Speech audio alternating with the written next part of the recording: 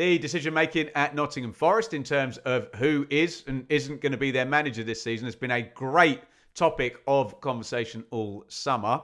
Nuno out after a good job last season. Ange in after a bad job at Spurs last season, certainly in the Premier League. And now, little extra wrinkle as well, Nuno back into the Premier League, so you can make direct comparisons on performance this season. He is the new West Ham manager. Look, there's going to be plenty of split in this debate. There's going to be people that think that Ange is the wrong guy. There's going to be people that think Ange is the right guy, but just needs time and it's a tricky situation. There may be people that think Ange is the right guy, but at the wrong time in the wrong situation. Maybe that's the same as being the wrong guy. You tell me in the comments. We had a great debate about this over on the 3 at the Back podcast over on Conor McGilligan's channel, myself, Conor, and Matt SB. I'm going to run a clip and you can watch the whole show if you look up there at the end of this video. Nottingham Forest, start on Ange. It's not been the best start, has it, lads? Not been the best start whatsoever. I mean, you can even chuck in. Obviously, you got the Betis trophy, didn't they? 2-2 out there, but you can chuck in Swansea in there as well. Obviously, Sunderland are now in that realm. Arsenal as well. Is it too early to start casting judgment on 17th place Nottingham Forest, Ben Bloom? No, but we kind of knew this was going to be the case.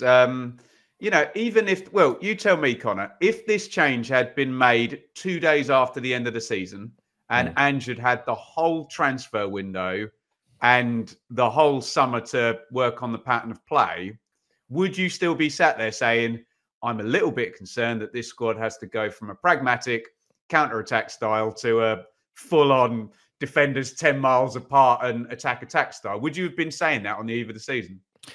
I'd be way more confident if he'd have had that pre-season. I think he needs that, doesn't he, mate? He has to have that with the style of play. You can even go to Leeds, can't you? And you can look at Leeds with Bielsa. If Bielsa would have come in mid-season for Leeds, would that have worked? It wouldn't. Well, and to be fair, I think Spurs they actually had a win streak, didn't they, to start last season? So it's not a surprise, but it's kind of the whole fixing the plane while it's in the air type thing that's the issue.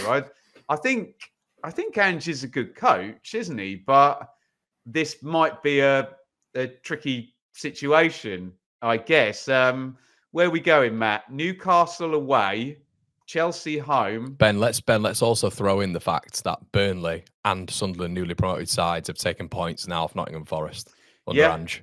Yeah, but the fixtures, and you had Swansea in there as well. Swansea, and he's not won any of them. Yeah. No, but I mean, we said. I mean, I tried to.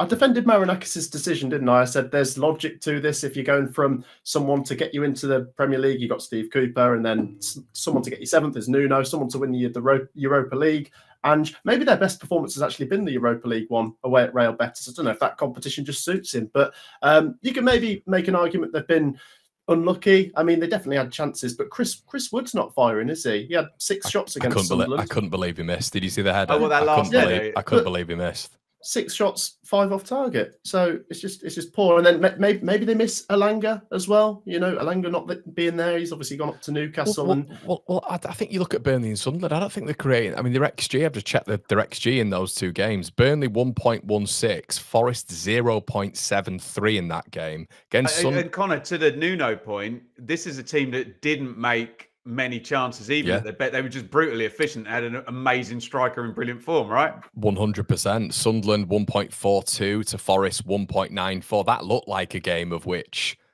you know, Sunderland were hanging on, but really when you look at the XG and the value of the chances, it's probably a little bit closer than you think. I mean, I think the style and chances are effectively low value, and maybe it's not tactical for the players' strengths. I think there's a few issues with Ange here. I think, I mean, there must be a wry smile on Nuno's face right now, because could you argue, and it's hypothetical and it's hindsight's 2020, isn't it? But I feel like this selection of fixtures, Nuno would definitely have got more points than what they're standing on right now with Ange.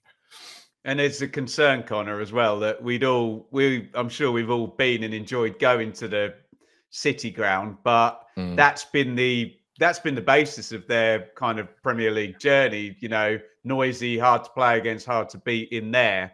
If the bloom goes off that particular rose, what are the last 2 home results there? 3-0 defeat against West Ham and a 1-0 defeat against Sunderland.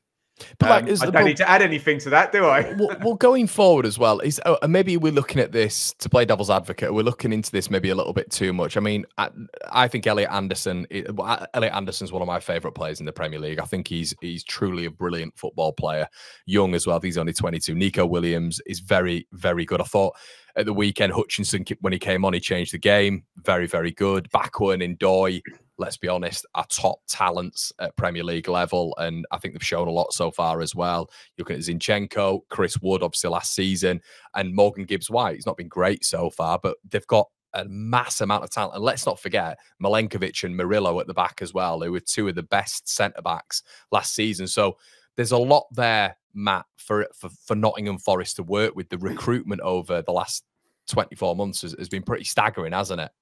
Yeah, exactly. You've named so many quality players. You've got Sells, who I think was one of the best keepers last season. You've also got Hudson-Odoi, who's fantastic at times. Yeah, it's not... You would imagine the quality of this team will pull away from the bottom end of the table, just given time. But I'm not sure, just given what... I mean, look at the quality of the Spurs team last season.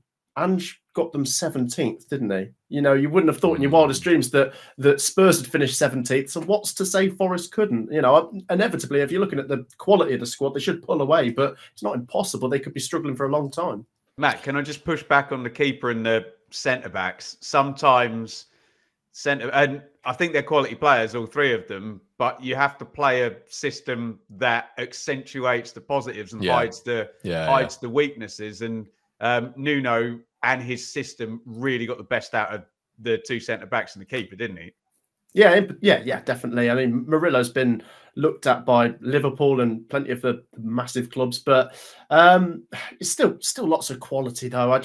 If anything, though, it's how long this has been going on, because they were, second in the table in February, and they had a really poor end to the season. They started the season quite slow. I know it was mainly Nuno coming out in the press that was the reason he got fired, but they had actually been in poor form for a long time now as well. So this is a long stretch where they've been pretty rubbish. They've got a win, though, haven't they? They picked up a win this season. I think they won 3-1 at home, didn't they? Or am I just imagining They beat Brentford on the opening day, yeah. Opening day, yeah. Yeah, interesting, lads. Very interesting. Let's move over to Leeds United.